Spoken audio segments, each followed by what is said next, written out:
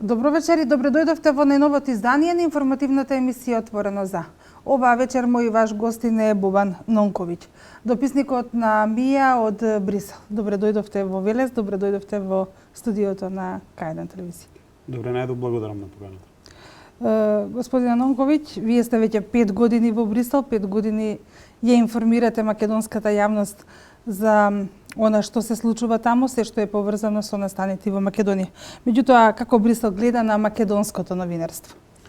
Брисел веќе откако Македонија е кандидат за членство во Европската унија, нели тоа од 2005 година, активно учествува во креирање, односно во помагање на развивање на македонското новинарство на еден начин преку тие така наречени фондови со кои се обидува да ни помогне да се развиеме или не знам како подобро да се изразам, да се оправиме во однос на она што го правиме во македонскиот етер и пред се во македонското новинарство. Се разбира, бидејќи Брисел има огромен број на бирократи и лица кои што всушност се обидуваат на еден или друг начин не само да помагаат, туку да ги моделираат работите како што сакаат одредени центри на моќ. За жал, злоупотребувајќи го Брисел и Европската унија, гледаме ние и свесни сме дека всушност во македонското новинарство они имаат еден пристап со кој заземаат страна. Ние за жал сме подвоени и тоа силно во македонското новинарство, имаме една медиумска силна подвоеност, имаме партиска силно заземање на страни, а тука Брисел наместо да помогне, што е всушност и работата, тука Брисел во голем дел ни одмогна бидејќи финансира во конкретниот случај Сдружение на новинари на Македонија, кој е инкубатор за портпароли и лица за односи со јавност на опозицијската партија СДСМ во Република Македонија, само всушност ги влоши односите, за жал, со парите на европските данокоплаќачи, ги влоши односите и уште повеќе ги заостри. Они ги вкопа во ровови македонските новинари кои се од едната или од другата страна, за жал, се помалку се оние кои се на неутралната страна. И така Брисел во конкретниот случај завземајќи страна, ги заостри односите и всушност придонесе во Македонија народот да ја почувствува не само разликата, туку да и народот се повеќе да ја застапува страната или повеќе да им придава на важност и да ги поддржува оние новинари кои всушност ја представуваат македонската вистина, бидејќи за жал Брисел оние што ги поддржува пред се тоа се експонентите на ЗНМ на Насер Селмани, всушност ја поддржува целата таа политичка номенклатура и структура на Социјалдемократскиот сојуз. За жал, 10 години СДСМ во опозиција, едно 10 години е во силна позиција во однос на македонското новинарство. Повеќе од 75% од медиумите во Република Македонија и активните новинари се активни поддржувачи, нескриени поддржувачи на Социјалдемократскиот сојуз и со тоа, а со парите кои, како што можевме да видиме неодамна, 200.000 евра доби ЗНМ на Насер Селмани од страна на Европската унија во вид на грант, всушност со тоа само се помогна да се зајакне инкубаторот кој ќе произведува нови портпароли и лица за односи со врски на СДСМ. Реков пред малку дека 5 години сте во Брисел, пред 5 години ги пренесувате од таму ставовите за Македонската информативна агенција, меѓутоа и за сите македонски медиуми кои што во одреден момент ве побарале од вас информација, нели, што се случува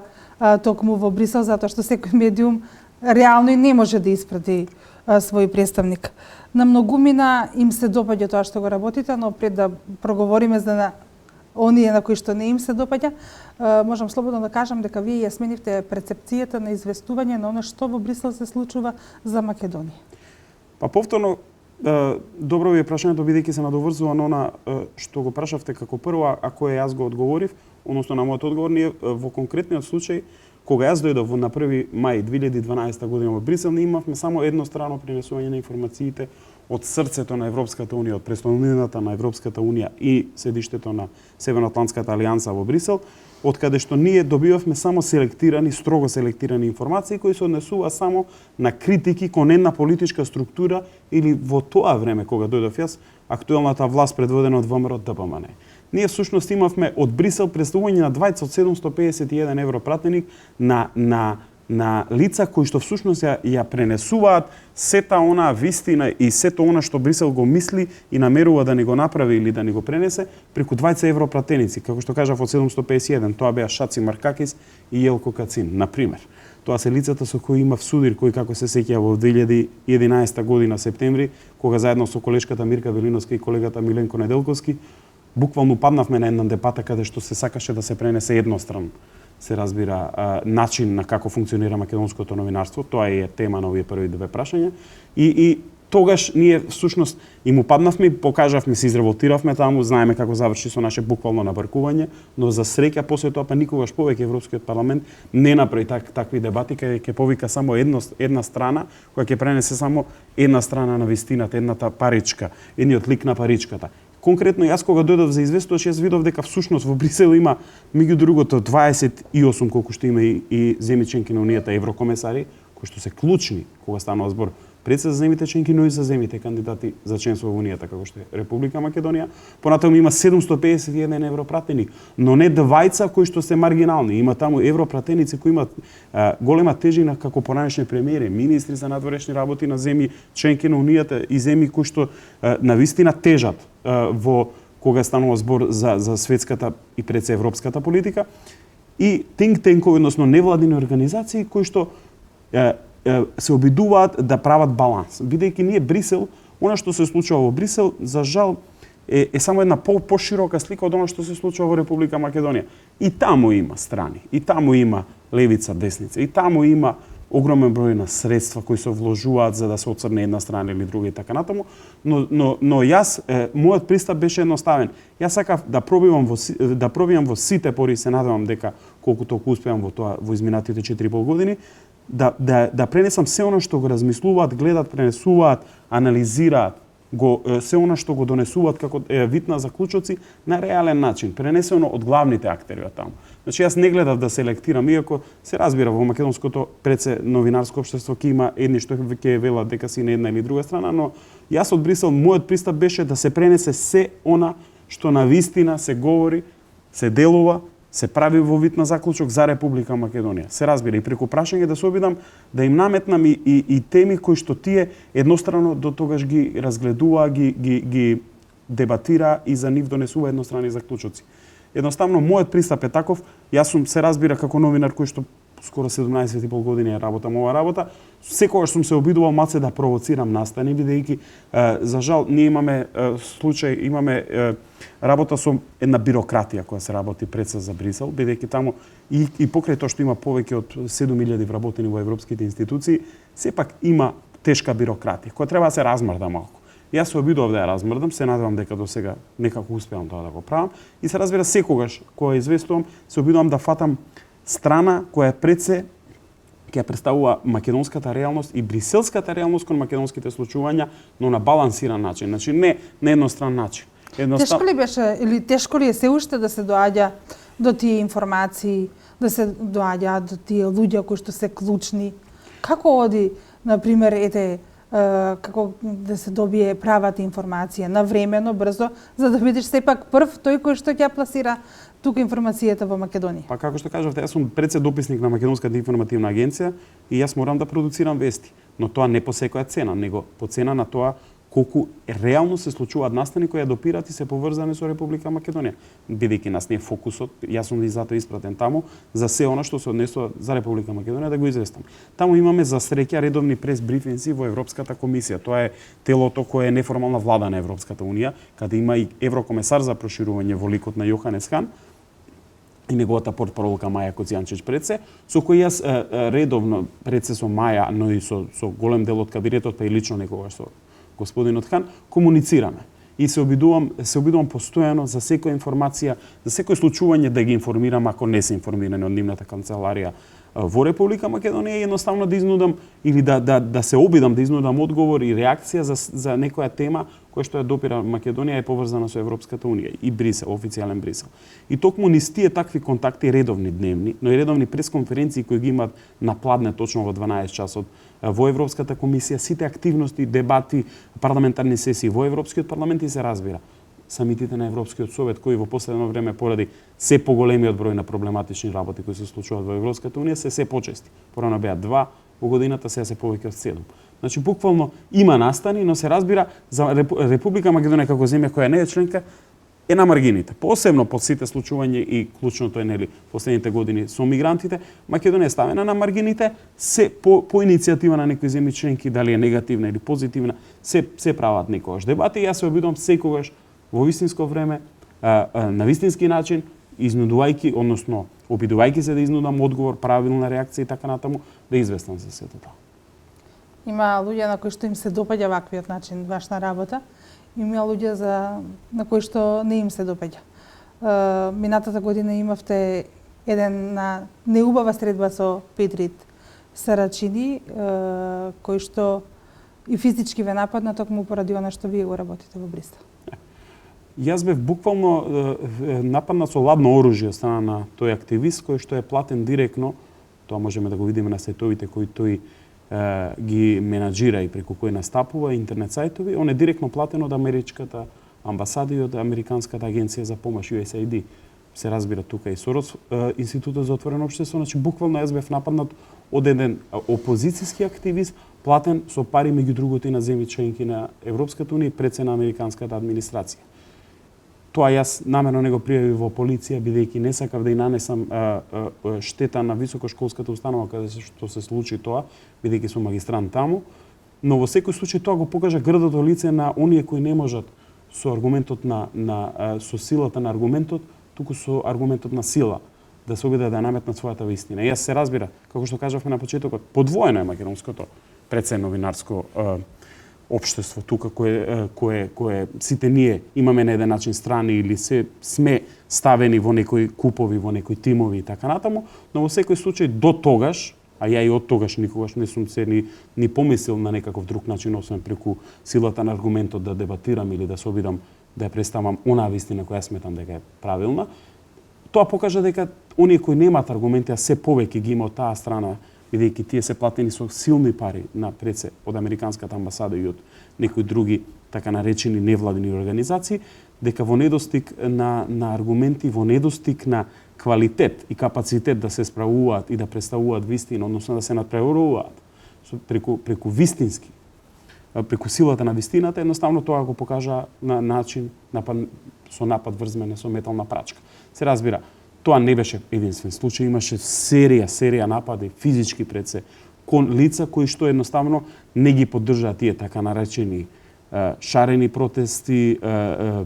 она што го застапуваат невладините организации поврзани со Институтот на Сорос и така натаму. За жал, македонското општество е такво, пред се во новинарскиот свет, во подвоеностите во новинарскиот свет, тоа се искочи на површината, цела негативна енергија, посебно преку овие последни политички настани во Република Македонија.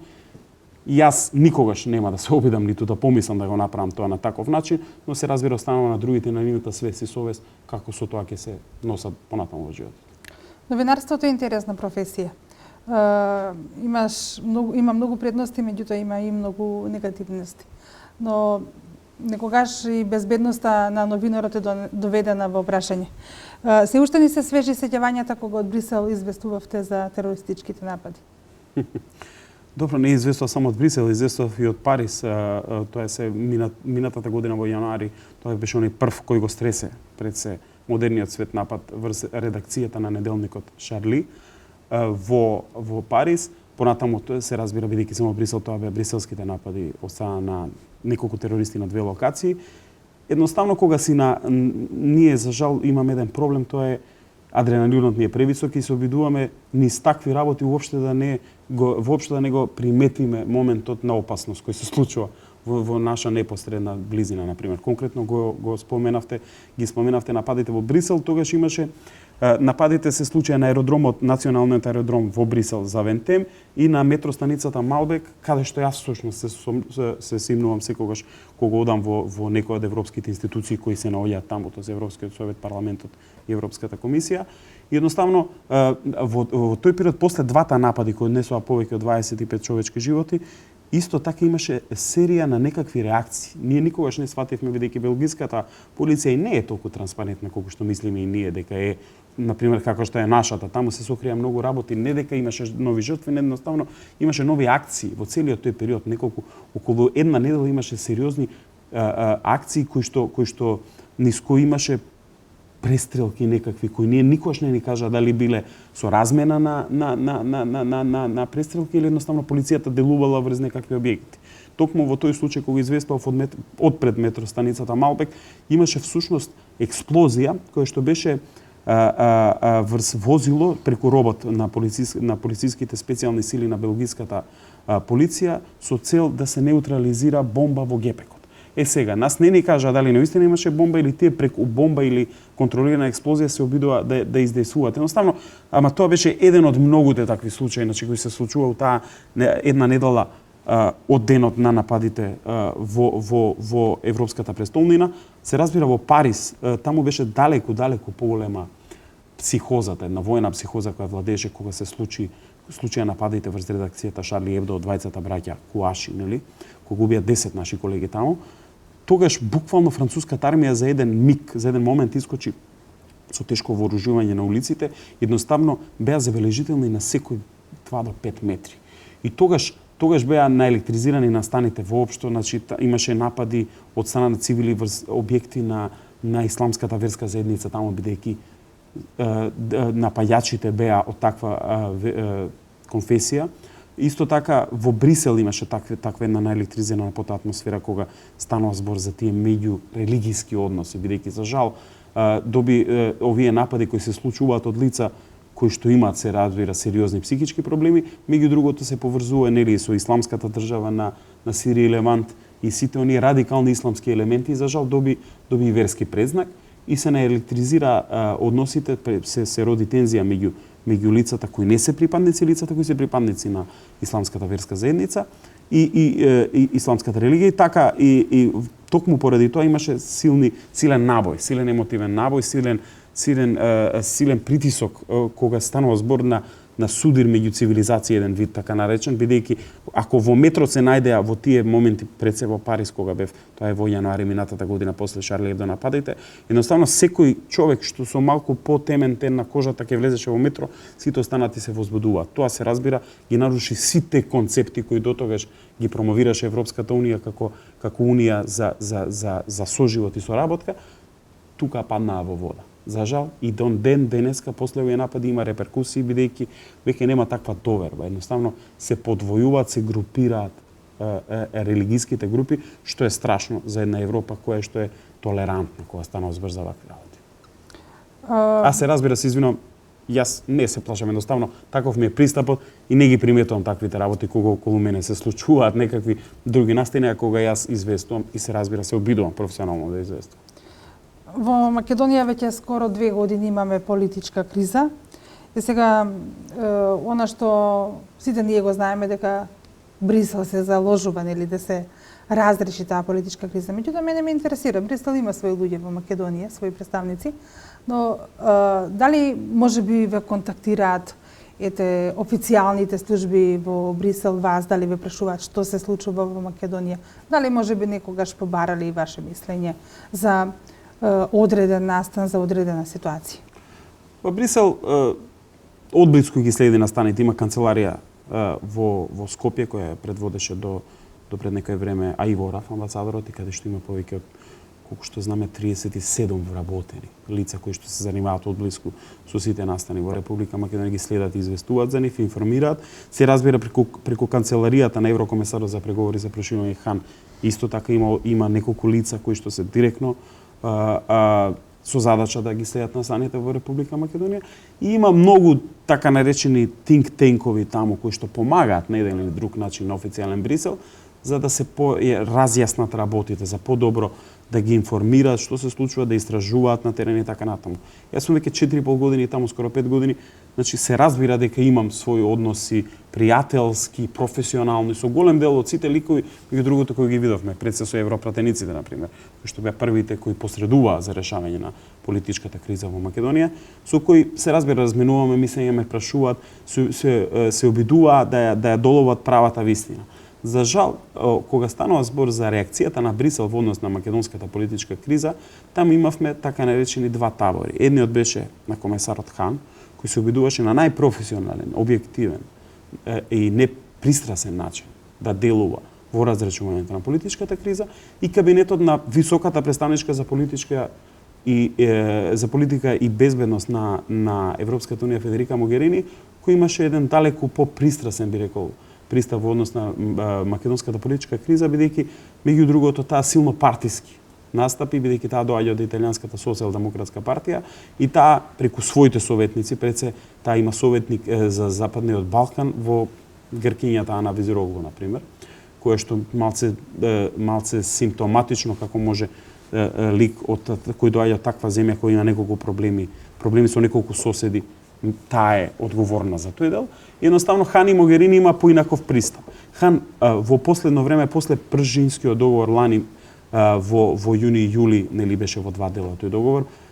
едноставно се повлече, бидејќи во Македонија не се почитуваше, со посредство се разбира на некои странски елементи, не се почитуваше и тој договор беше пред колапс. Токму затоа се роди овој Пржино втор, како го викаат договор од оваа година. И Хан едноставно се повлече директно да се инволвира. Човекот е навистина многу искрен, непристрасен, човек со огромно искуство во меѓународната политика, човек кој навистина не можете да му влијаете, мислам, ниту со не знам какви посредници, ниту па како што некој се обидуваше тоа лажно да го представи со финанси. Апсолутно не. Човекот е многу независен и многу успешен во секој дел од бизнисот и од политиката со кој се занимава во својот живот. И токму со неговото тивко повлекување на сцена стапи екипата на Могерини. Могерини е италијански социјалдемократ, доаѓа од земја која што е дел од чадрот на СДСМ во однос на политичката криза во Република Македонија. Тоа сум го кажал и пред 2 години, го кажувам и сега. За жал, дури сега после истражувањето на Балканализис на американскиот новинар Делисо и италијанецот се чини беше Албертини, видовме дека всушност тоа е клучната земја која имала улога во случувањето со пуч, кои што беа со прислушкуваните разговори кои ги објави лидерот на СДСМ Заев.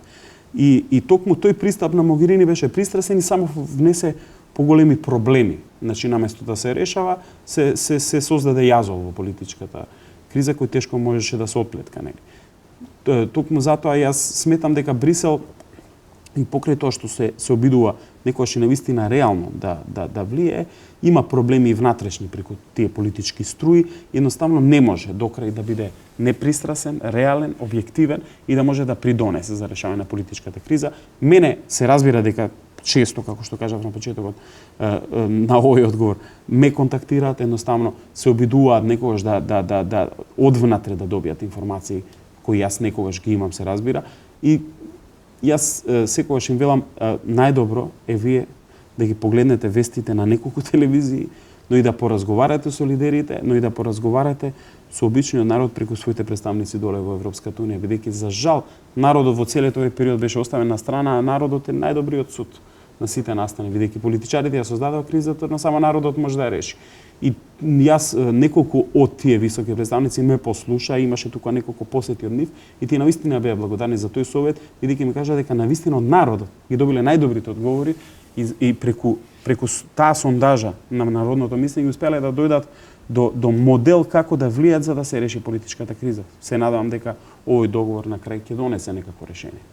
Верувате дека до крајот на оваа година ќе имаме избори? Се оди кон тоа дека веројатно на 11 декември можеби ќе имаме предвремени парламентарни избори. Поучен од се она што се случуваше од почетокот на оваа криза, која што според мене не трае 2 години, туку трае 4 од собраниските настани на 24 декември 2012 година, јас не можам да бидам оптимист. Јас за жал го погодив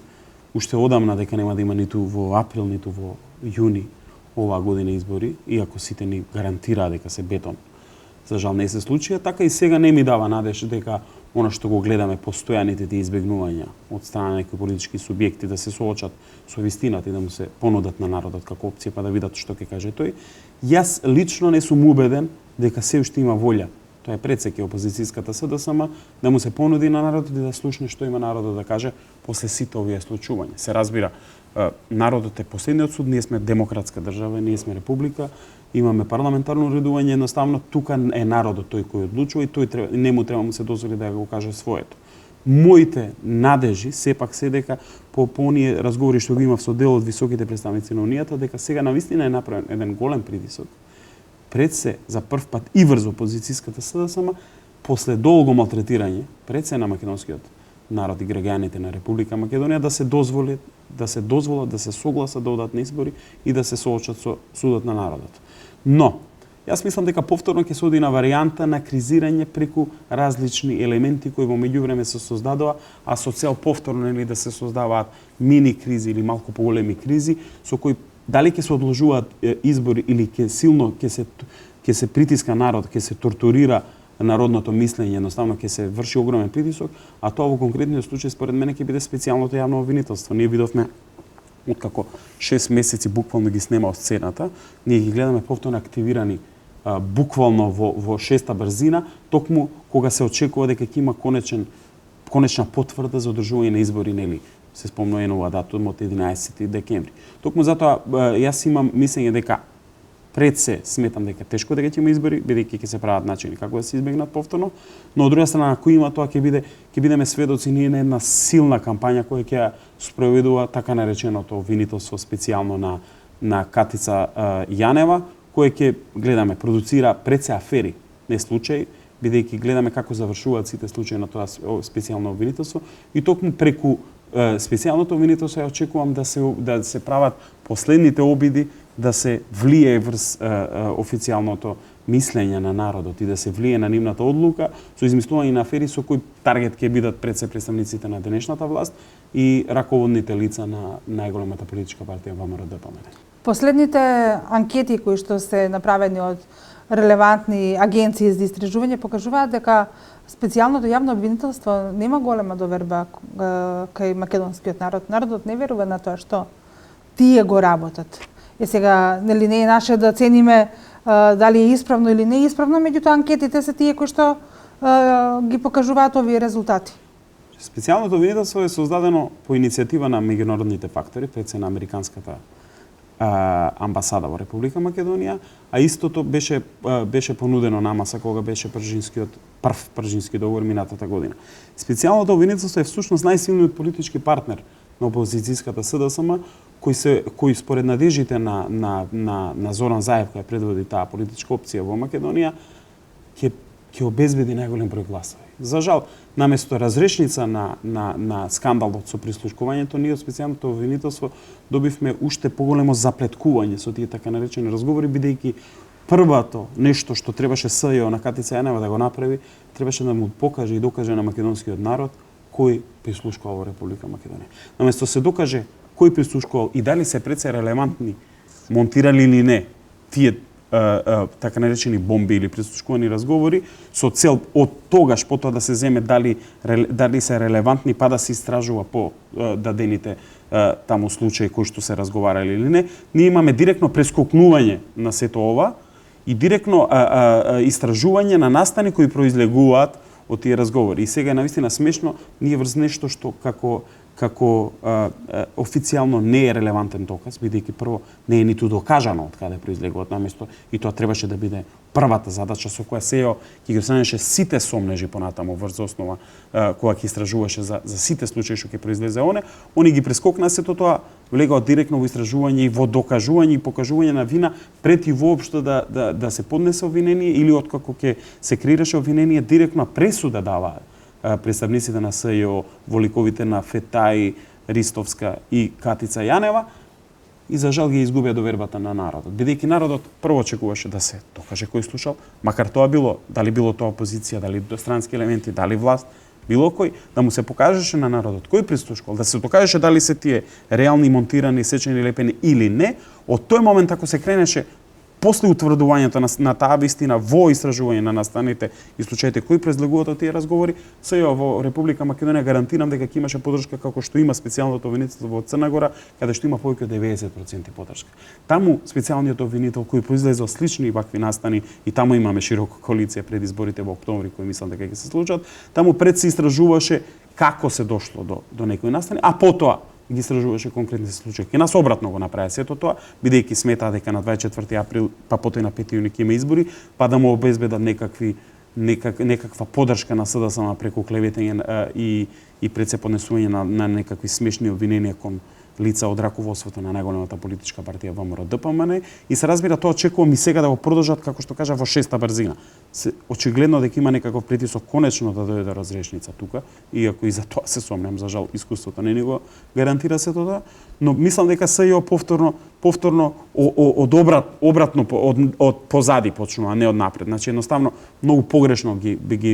им пристапија на работите од причина што едноставно видовме ние дека таму нема и професионални лица. Лицето кое го предводи специјалното обвинителство е лице кое што студирало како што студира еден доктор, а не како еден правник повеќе од 7 години и имало од не знам од 30 оценки само 7 седмици, 3 седмици, 4 седмици и 6. Значи лице кое буквално немало квалитет да биде обичен правник, сега е човекот кој треба да реши најголемата политичка криза која е настаната во Македонија од незината самостојност и токму тоа македонскиот народ кој е тешко да го прелаже било кој го почувствува и затоа се такви анкетите која станува збор за популарноста и довербата која македонските граѓани имаат кон СЈО. Она што Македонија ја поврзува директно со Брисел е бегалската криза. Се наоѓаме во период народски кажано, како затишје пред бура, имајќи ги во предвид информациите кои што вие ги пласиравте дека оваа есен повторно на македонската граница ќе имаме илјадници бегалци или можеби многу повеќе од оние кои што ги имавме претходно. За жал, според сите релевантни податоци на светските, европските разузнавачки служби, ние имаме полувреме во така наречениот мигрантски наплив, каде сега допрва се очекува, нели како на еден фудбалски меч каде што во второто полувреме се најголемиот број од шансите, така и во ова второ полувреме од мигрантски наплив се очекува двојно, тројно, па и 10 пати повеќе мигранти од колку што имавме досега. Досега мина само низ западно-балканската рута, каде што Македонија е главната држава на тој пат, помина над милион или околу 1,5 милион лица Блискиот исток, пред Африка, Сирија и така натаму. Јас очекувам дека сега со овој огромен наплив кој се очекува меѓу другото и заради тоа што Турција и Европската унија оној договор што го направија во март оваа година едноставно се очекува да го прекинат бидејќи Турција не го доби она што го очекуваше. Доби пари и се витија 6 милиарди евра, доби 3 од тие средства, 3 милиарди директна буџетска поддршка, не на невладините организации и некои меѓународни организации кои делуваат таму, што е многу важно ако говориме подоцна за она што во однос на Република Македонија се помогна од страна на меѓународната заедница и Европската унија и очекувам тој договор да пропадне, а договорот значеше Турција да не пропушта мигранти или на секој реален признаен азилант да добие еден лажен назад. Ако тоа се блокира, ако Турција ја тргне браната, тогаш ќе имаме еден огромен наплив, а тука е повторно клучна улогата на Италија. Италија е земјата која, како што кажав, зашто ќе го поврзам ова, се надам ќе ми дозволите малце повеќе време. Италија е земјата која што е чадарот во Република Македонија за пуч, бидејќи Италија директно беше државата која што со нарушувањето на безбедносниот систем во Република Македонија едноставно ја промени рутата на бегалската рута која пред 3 и 4 години беше преку морето директно во Италија. Сега со овозможување на лесен пристап преку западно-балканската рута, преку нарушување на безбедносниот систем пред се во Република Македонија како држава која што беше брана, Италија го преусмери мигрантскиот бран и тој одеше преку Република Македонија. Италија е држава која што има најголеми проблеми во справување со оваа криза, бидејќи како и Грција потфрла целосно и таа едноставно го преусмери преку разни разузнавачки активности во Македонија мигрантскиот бран и повторно делува за повторно, ако се отвори некаква нова рута, таа да тече по западно балканскиот пат преку Република Македонија. За среќа во тој поглед Македонија има поддршка од земји членки на Европската унија како што се Словенија, Австрија, Хрватска, Унгарија пред се, Словачка, Чешка, па и Полска. Причината што сите тие ја разбра игранката која права дел од нивните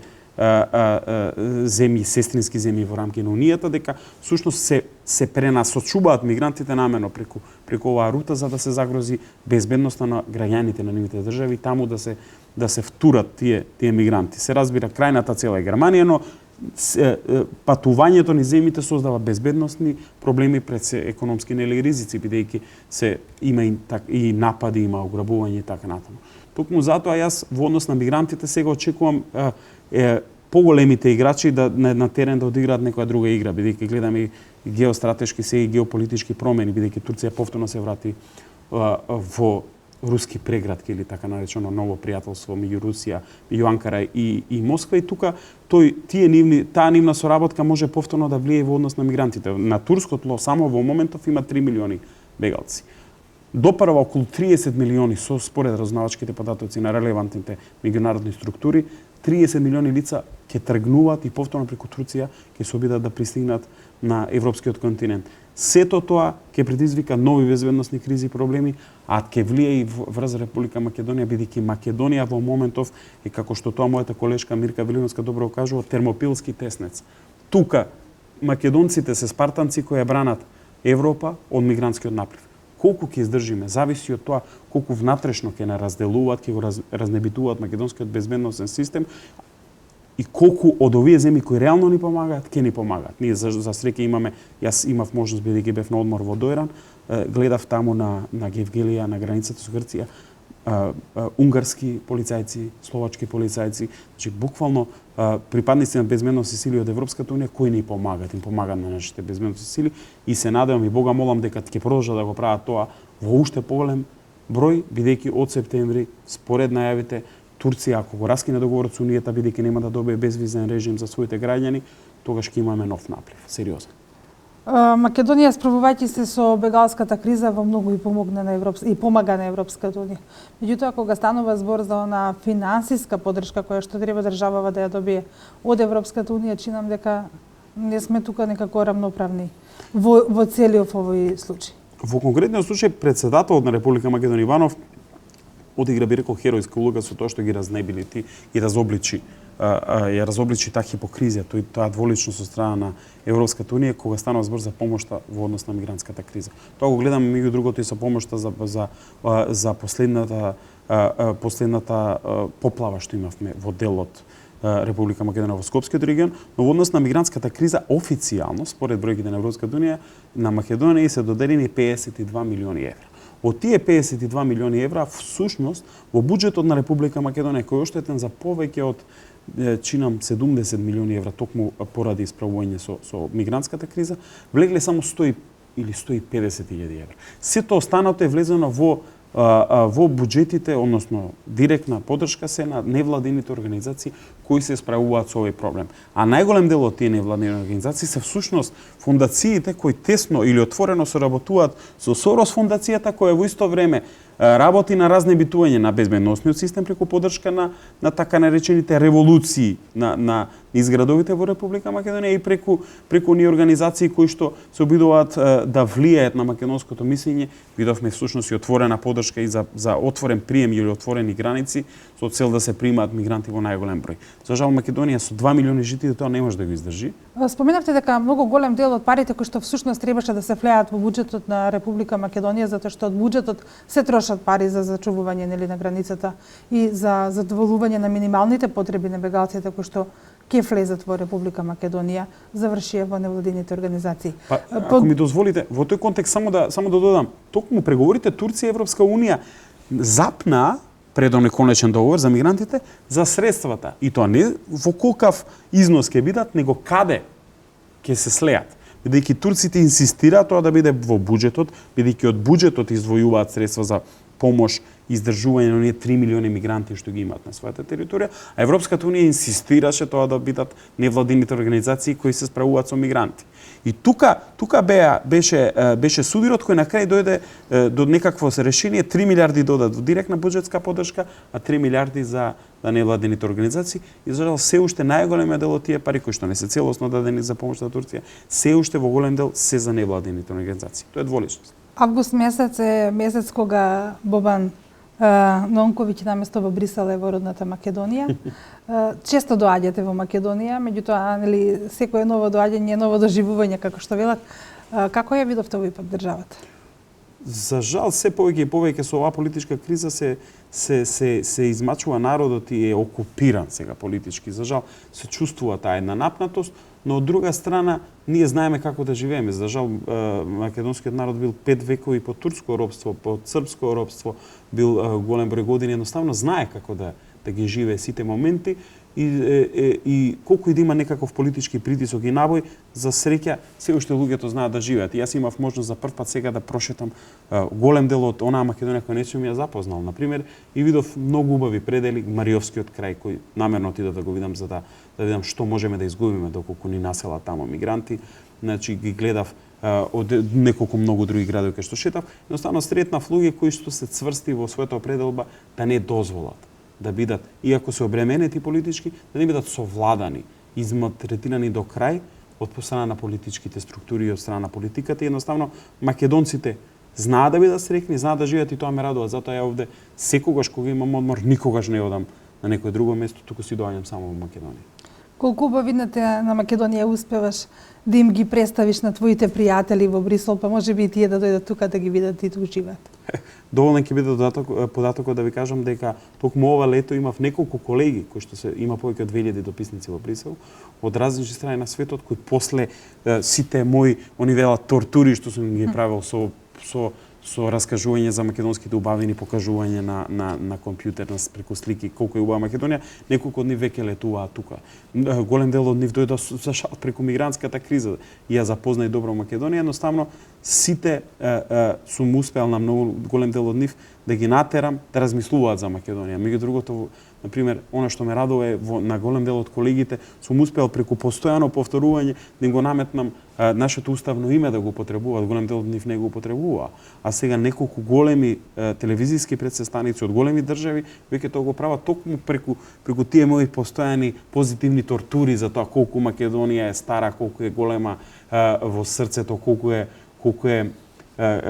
е демократска, бидејќи за среќа ние имаме поголема демократија во срцата на македонскиот народ и делувањето од голем дел од земји од западниот свет. И едноставно, јас се радувам што многу голем дел од странци доаѓаат тука благодарение некои на мене и се повеќе и повеќе Македонија се отвора кон светот, односно светот ја запознава Македонија. Добро и ние да го направиме тоа, бидејќи за жал голем дел од македонците доволно не си ја знаат својата татковина. Јас, колега Анонковиќ, ќе ти се заблагодарам што оваа вечер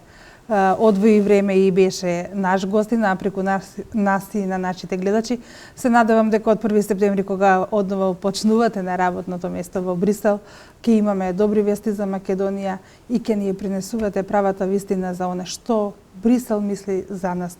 за Република Македонија. Со Господ напред ви благодарам на поканата. Почитувани гледачи, ова беше се што подготвивме за ова издание на информативната емисија Отворена за. Мој ваш гостин беше Бобан Нонковиќ, дописникот на Македонската информативна агенција. Ова лето беше во Велеса, ние во